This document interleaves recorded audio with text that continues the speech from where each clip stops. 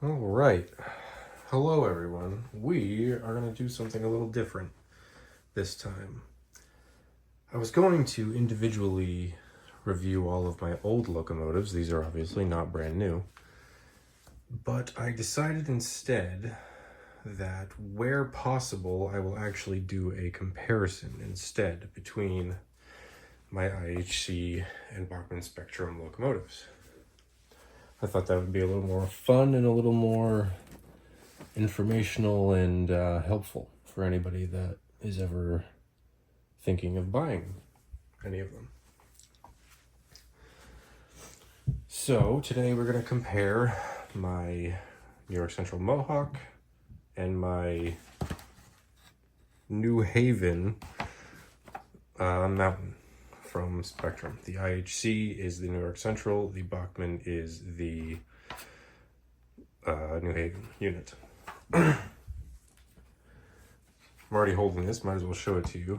If you're going to buy the IHC Mountain, if you're lucky, it's going to come in this box. I would imagine that most of them that you could possibly get your hands on at this point will not be in their original box. You can see 482 Mountain, New York Central, Premier. Obviously, this packaging is nowhere near as good or as safe as the Spectrum packaging. It's not even close. These old boxes are quaint and nice, and I keep them obviously in case I ever have to move or put the locomotive away for any reason, but it's certainly not going to protect the locomotive anywhere near as good as a Spectrum case. Now, what you will notice about this Spectrum case is that, well, a little too bright, that does not say New Haven. It says Chesapeake and Ohio. I run mostly New England and New York stuff. And I wanted a New Haven Mountain, obviously. But looking at pictures online, 9 times out of 10, if you Google New Haven 482 steam locomotive, you're going to see one, this number, 3325, with a Vanderbilt tender. 99% of the time, that's the first image that's going to come up.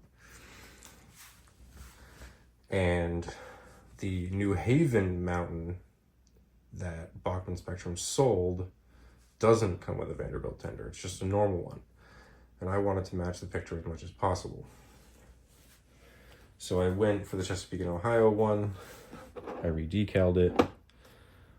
I left the white paint stripe from the Chesapeake and Ohio one and the white wall wheels because they're just too great to paint over. I could never get rid of those. I love white wall wheels personally. So it's not 100% accurate or anything, but I never needed it to be. I just was really interested in the Vanderbilt tender. As well as, speaking of not accurate, the smoke box detail is not accurate to those pictures of 3325. I may change that someday, but I don't really know if I care enough. I know too that the lamp is in the wrong place. I believe the issue here, I guess the perfect match would have been a New Haven Spectrum locomotive and a Chesapeake and Ohio Vanderbilt tender, but I certainly wasn't going to buy 2 of them. So that's good enough for now. That being said, we can get into pros and cons of each locomotive, and I think a lot of people probably know what those are, and you can probably see one of them just from this image, or this video, is that the Bachmann Spectrum unit is way more detailed and more color accurate. You know, the IHC locomotives are very old, and their black paint is very gray and light and soft. And I'm okay with that, obviously. I wouldn't have so many of them if I wasn't okay with that. But it's something that you would have to be okay with. The tender detail is way nicer, of course. These wooden slats are nowhere near as defined as those are.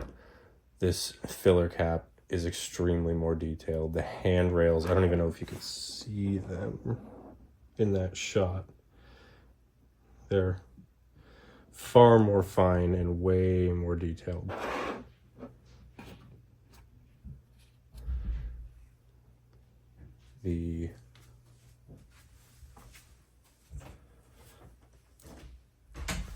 It's just everything. Every single thing on it is far more detailed. I don't think this unit ever had a front coupling from the factory. It probably didn't.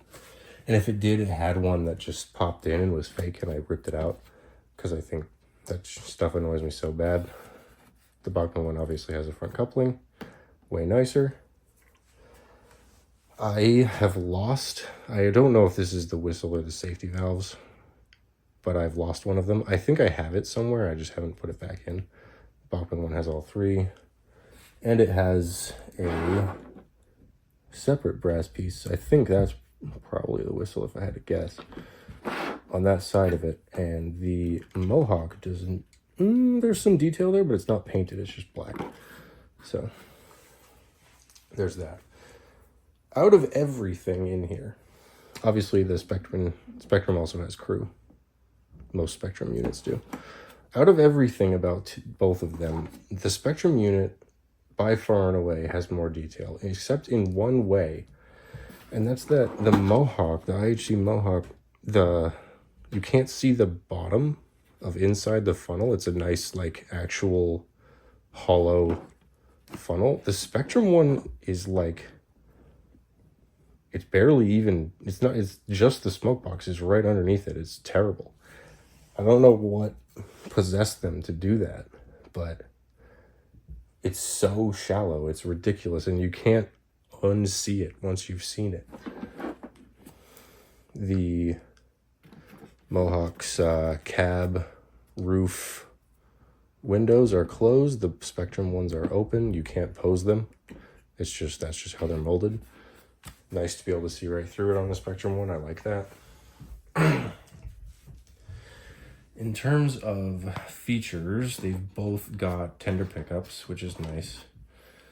The Bachmann unit is DCC ready, just like I think almost every black box Spectrum engine probably is. I would assume, obviously, that the IHC is not DCC ready. It does have tender pickups and that plug, which makes me believe there is some sort of electrical wiring inside the tender beyond just your standard pickups, but there probably isn't. It's probably not DCC ready. So if you ever wanted something DCC, your easier bet is obviously going to be the Spectrum unit. That all being said, sorry about the awkward pause that's going to be right there. My housemates came down to do laundry suddenly. What was I saying? So, if you want DCC, obviously the Spectrum is going to be your better bet. Everything I've just said aside, something that you may not expect is that my IHC unit, this it's going to sound probably crazy considering the 2 reviews I've already done. This engine is probably my favorite engine in my collection. I have no emotional investment in specifically the 482 layout or this engine in style or whatever. This unit is simply perfect in terms of running. It has no flaws when it's on the track. It is perfect. It pulls whatever I tell it to on any radius. This thing runs perfectly on 18 radius curves. It's insane. And obviously 22 and 24, it's also perfect. It's just, it refuses to have an issue. I don't think, even on the old layout that was on the floor before I had the track pins put in place, or even knew what track pins were, I don't think this engine has ever derailed on me a single time, ever, in a decade that I've had it. It is amazing. And it was used. And that's what I would like to get into now before we go down to the track is, I don't know if it's the prices that you can expect, but it's the prices that I paid and the condition. I believe I went to purchase this engine on eBay, and I started talking to the seller for some reason, and we realized that we only lived one town over from each other. And he said instead of going through the eBay listing, he would just take cash in person and we could meet up and do it. And he asked for $150 after he realized that it was going to be cash. We meet up and he's like, I can tell you really want this thing and that you're going to take care of it and all that stuff. And all the rest of those like really nice things that you get after talking to an older man in person for a while. And he's like, I'll give it to you for $130. I believe you're going to take care of it. So I got this for $130 quite a while ago. At least, it's got to be 6 or 7 years ago. I got this for $130. There are still a few that pop up on eBay very regularly for around that price. And considering the performance that I get out of this one, I am tempted to buy another one all the time. All the time. I don't know if this model is just a unicorn and it's the only one of its kind that runs this perfectly. But I can't recommend it enough if you just want an engine that will pull anything and not complain. It doesn't have traction tires or anything, and you'll see it has no problem pulling whatever I put behind it when we go down to the track. That all being said, I don't actually remember what I paid for that.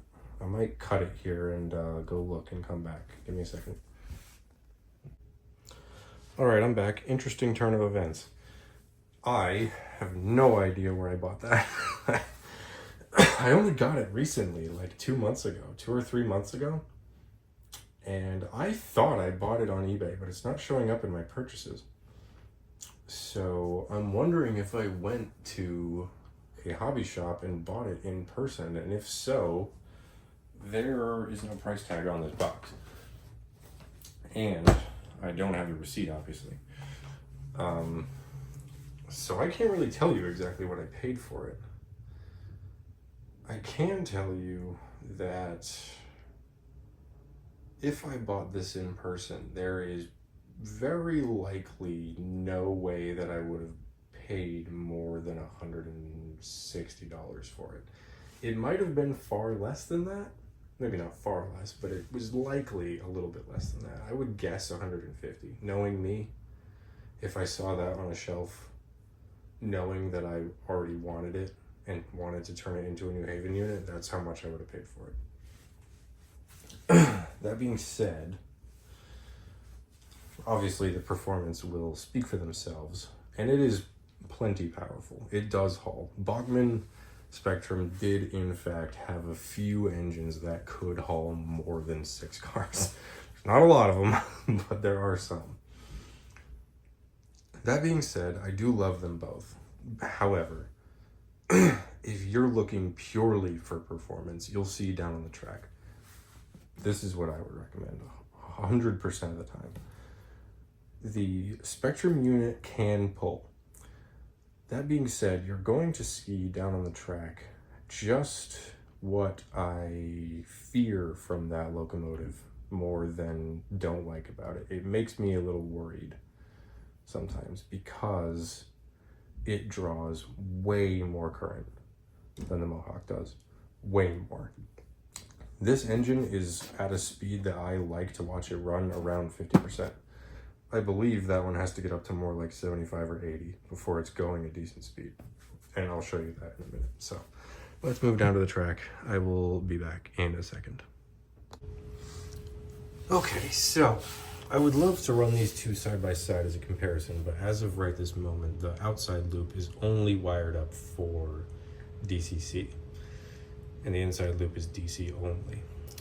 I am getting an 8-pin decoder to put into the Bachmann unit, so that would solve that, but for the moment, we're going to only be testing one at a time. And that being said, I'll send the IHC on its way.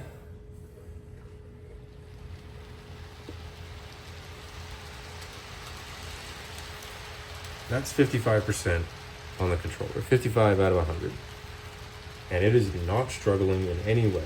1, 2, 3, 4, 5, 6, 7, 8, 9, 10, 11, 12, 13, 14, 15, 16, 17 cars on a loop that is mostly curved. Granted, they are 22 radius curves, but it is not even trying right now. I promise you, it can do more than that with no issue. It does it on the layout, the real layout, all the time. The thing is amazing. Some of those boxcars, not all of them, but some of them, like those MEC ones, I've put extra wheel weights inside of to make them even heavier because I had issues with stuff derailing on my old layout, and I just haven't taken the wheel weights out. It doesn't even care. It could probably do all, 8 of those extra boxcars too, especially if it was in a straight line. Easy. Easy, easy. You want fast freight? Kick it up to 65, and you got a fast freight. No problem. It responds so well.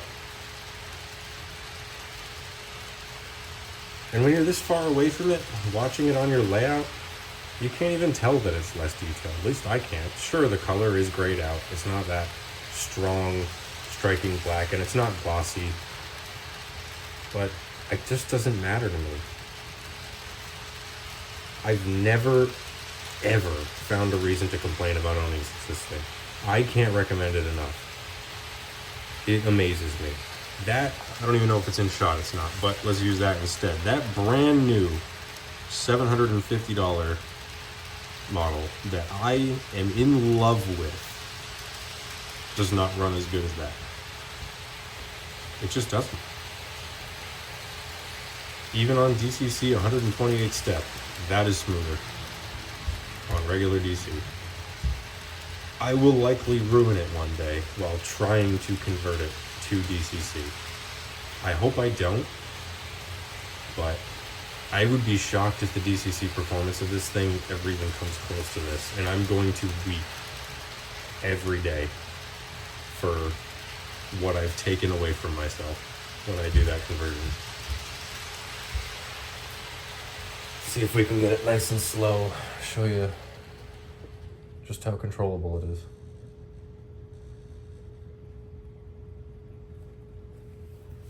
Very long train. That's at 30%. Little hesitation, but not stopping. Let's turn it down. So that's actually wheel slip now. We're at 25 on the controller. Oh, it is actually pulling it again. 25 on the controller. It doesn't sound like it's enjoying it, but it's doing it. Let's see if it can do a real crawl for the camera here with no train hooked up to it. See when it kicks in. It's a little cruel for an old IHC. The motor's buzzing.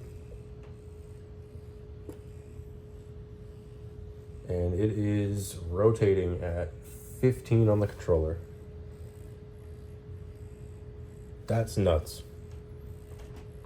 Modern engines with all their fancy fucking chips in them can't do that. A lot of the time.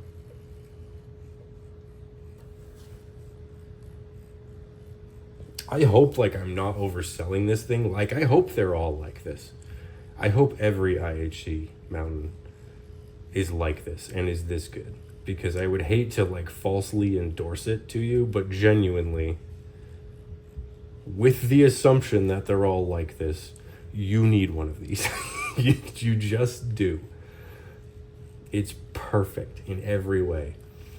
And you know what? If it's not detailed enough for you, rip these shitty handrails off and make some better ones. Repaint it in more solid black. Pick out more of the details in brass. Repaint the coal load so it doesn't look like plastic gray trash. You can improve this engine visually. You cannot improve an engine beyond this thing's performance. You just can't. It's too good to get better. And that's why I love it. Even that with that 750, that is my dream engine over there in the corner, the New Haven i5 from BLI. And I've got my T1B just over here off camera. Even with those insanely expensive engines in my collection now, which I love both of very dearly, this is still my favorite. Easily. I don't know if it will ever not be my favorite. That being said, I will stop it and we will get the Spectrum on the track real quick. And I can show you how that goes.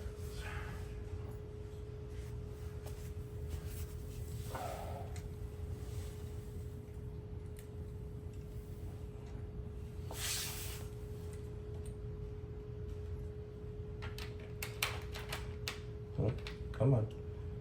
Stay together.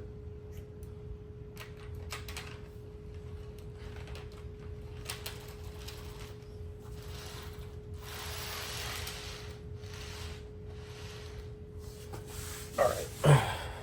Power's on. Let's go in reverse. Kicked in around 25 and it was pretty sudden, but we'll do a couple laps to let it warm up, just like we did with the other one, and then we'll test the crawl after that. Turning up.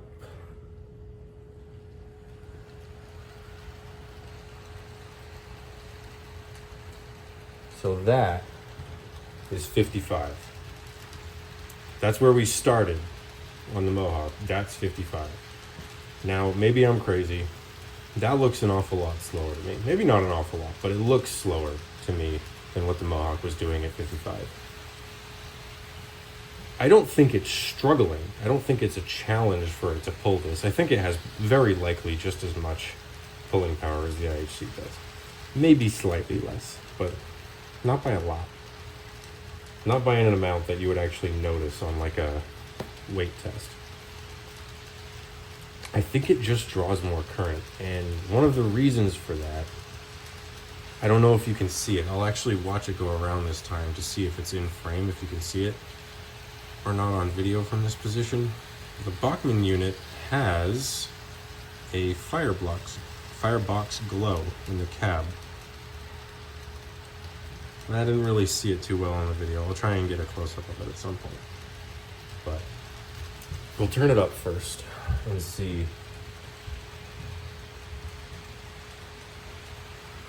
if we can get it to do a fast freight like the other.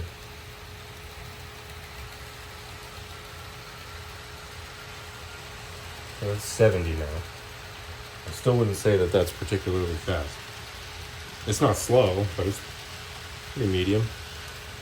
Let's go up to 75. Okay, so 75, I would call that a decent fast freight. Again, I don't think it's struggling. It's not wheel slipping or anything. And it is also doing it on 22 radius curves, as it should. I've not ever had this one on 18 radius curves. I've had that one on 18 radius curves on the old layout, because the old layout, the innermost loop was 18 and the other two were 22. But I've only owned that for a couple months since the move here, and I haven't had it on 18 radius curves, so I can't confirm whether or not it can do that or not. The wheels, I don't know about the spacing, but the wheels themselves on the Bachmann unit, the driving wheels, are much taller than on the IHC, I think. They certainly look taller to me. That might just be because of the white wall detail, but I feel like they're taller, and therefore they may be spaced out slightly more, so maybe 18 radius would be no good, but I don't know. I really can't tell you. It does run very well. And I do love it. Again, I do recommend this engine to you. It's just, it comes down to, do you have the funds for both? And if you don't, what do you care about more? A pretty engine or the best running engine I've ever seen in my life? Performance or detail? That's it. It depends what you care about more. For me, I will always care about performance the most. Because I do get annoyed when things don't run properly. It does bother me. Especially spending multiple hundreds of dollars or $100 and whatever dollars on an engine. The thing better run perfect. And this one does run very, very well. There's no real issues with it. It's just not that extra good like that is. We'll uncouple here after this lap and we'll try the crawl. I think the other one did a fast freight around 60 to 65. This one did it around 75. You can turn it right down and it does come to a very controlled stop. A little farther, a little farther. Wheels are still turning at 20. They're doing it. That's very good. That is extremely slow. Get a little closer so I can uncouple. And we'll turn it up until it starts moving.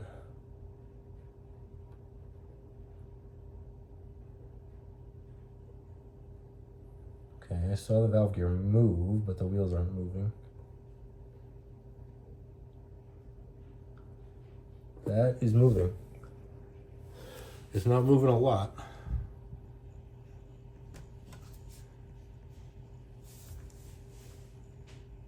But it is doing it. It is barely ticking forward. That is very impressive. I didn't know it could crawl that well. I don't actually know that I've really fully tested this in front of myself at this point, instead of on camera, or rather than on camera, I guess. Never mind on camera is what I'm trying to say. That is extremely good. That's wonderful crawl. Let's turn it up a little bit just so it pulls off. Very good. Let's see if I can angle the camera inside the smoke box. Not inside the smoke box, the firebox. Inside the cab. I'll just hold it here and get it to be red. I think I'm gonna have to show you that by hand. I think that's firebox glow. Very cool. Very cool feature. I think it's actually, it might not be my only engine that has it, but it's certainly my only non-Broadway limited engine that has it. I'm pretty sure. That's pretty cool that it does that. And I didn't know it did that when I bought it. That was a complete surprise when it showed up. Let's see if I can get this back in. I just paused the recording. Don't even know how I did that. Also, there we go. So, yeah, it really comes down to what you're looking for. It turns out they both run phenomenally. I still have a bias toward the Mohawk, personally. I do think it runs maybe not better, but better for the price, probably. That is another factor, obviously. I would say I got my money's worth on both of these engines. Don't get me wrong. I am very happy I bought them both. And I'm very happy to own them both forever, hopefully. If, like I said a couple of minutes ago, if you can get both, honestly. But it really depends what sort of steel you can get on eBay for both of them. Because you're not going to find, like, I've never seen that at a train show, never. I might have seen that one at a train show, like twice, but you're going to find out as I do more and more of these reviews that I buy 90% of my model railroading stuff off of eBay. Like, and it's a skill. Don't go into it blind. You need to do your research. You need to look at the pictures. You need to read the descriptions very carefully, because there are people out there that are trying to screw you. There are. But if you do it right, I think I've only been burned. I probably bought 40 engines off of eBay at this point, and I've only really been burned once. And I would say that that's a pretty good track record. If you have the money and means to get both, get both. If you need something cheaper and less detailed, go for whichever one that you can find cheaper. But I would say 9 times out of 10, the one you're going to find cheaper is the IHC. It's not going to be by a lot. It's going to be like, I don't know, 20 bucks. If you really need that specific road name that you're planning to use, and you are unwilling to buy a cheaper one or an unlettered one and re-decal it yourself, then you're going to pay extra a lot of the time. I think the New Haven ones typically go for $200. That Chesapeake in Ohio was not $200, or I wouldn't have bought it. There's no way I would have. It was likely $50 less than that. And like I said, that one I got for $130. That was a special case, but I believe I just entertained an offer for a Boston and Maine IHC mountain like a couple weeks ago. I watched one on eBay, and the offer got down to like 120 or 130 bucks. It's the same engine, it just has a not Vanderbilt tender, but it's the same drive, same locomotive. If you can grab that, if you can get one for that price, I can't recommend it enough. And the same goes for that. If you can get a $150 one, it's worth it. Let me bring it back over here and show you what I did to it.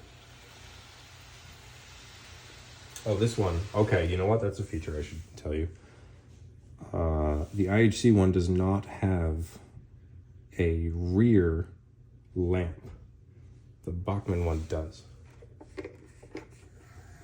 It does have directional lighting. That one does not. Only has a front lamp. That said,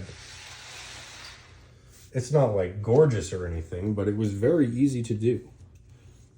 This tender obviously said Chesapeake in Ohio when I bought it.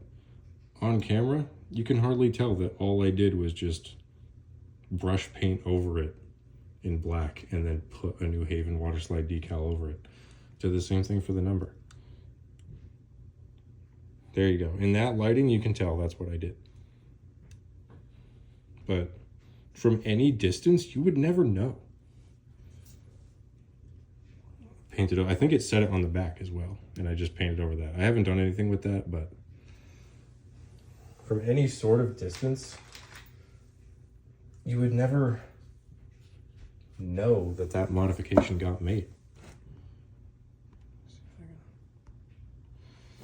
So I guess that's the end of the review. It's really up to you. I would say that in the future, there will likely be more definitive, this one's better type of stuff. I wouldn't expect all of them to end up in a draw. This one really is a draw depending on what's in your wallet. It really is. I can't recommend either of them enough. They're both great for at least what I expect from a locomotive. Maybe you expect more, and that's fine. For what I expect, they're both amazing. I recommend them both. If you need to save money, just go on eBay and look for whichever one is cheaper at the moment. It will likely be the IHC. That being said, leave a comment if you want to. I love talking to you guys in the comments. It's awesome. I'll see you in the next one, which will likely be another comparison video like this. Have a good one.